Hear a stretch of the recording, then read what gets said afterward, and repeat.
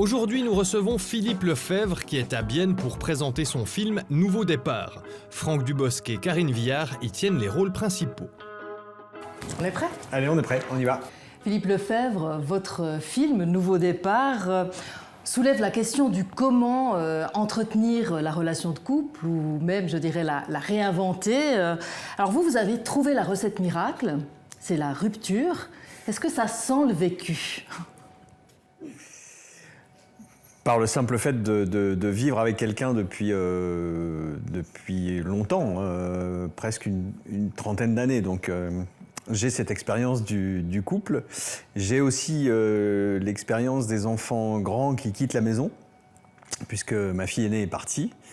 Et je dois avouer que je redoute un peu le départ du dernier. Bon, il a 17 ans, donc j'ai encore un tout petit peu de temps, mais c'est vrai que c'est un moment que je vois arriver avec une petite appréhension. Ce moment où le couple se retrouve libéré des préoccupations autour des enfants, des discussions, des joies, des tracas autour des enfants. Et on se retrouve en fait à s'ennuyer l'un avec l'autre. Il y a un risque. Peut-être. Il y a un risque. En tout cas, il y a un vide à combler. Alors, il y en a qui y parviennent très bien, en profitant pour voyager, pour peindre, enfin, je sais pas, pour avoir des activités même ensemble. Mais il y en a qui passent difficilement ce cap et qui se séparent. Qu'est-ce qui vous intéressait justement dans cette thématique un peu du quitte ou double? Je te quitte et je regarde ce qui se passe. Cette thématique que je trouve assez universelle, que dont tout le monde essaye de trouver la solution, c'est comment faire durer le couple, comment faire durer la passion, comment faire perdurer l'amour. Voilà, qu'on soit... qu'on ait 20 ans, 30 ans, 40 ans, 50 ans, qu'on soit homo ou hétéro, dès qu'il y a de l'amour, il y a cette question de le faire durer. C'est ça qui m'intéressait, parce que c'est une question universelle. Cette crise de la cinquantaine, vous l'avez écrite au fond pour Karine Viard. C'est vraiment, vous avez écrit le scénario avec elle en tête. Est-ce qu'on est aussi libre dans l'écriture quand on a une image aussi forte que l'on porte quand on écrit pour quelqu'un que quand finalement on se laisse porter par une histoire? Quand je dis que j'ai écrit pour Karine Viard, c'est pas tout à fait vrai, parce que j'écris jamais vraiment en pensant aux acteurs. Je préfère...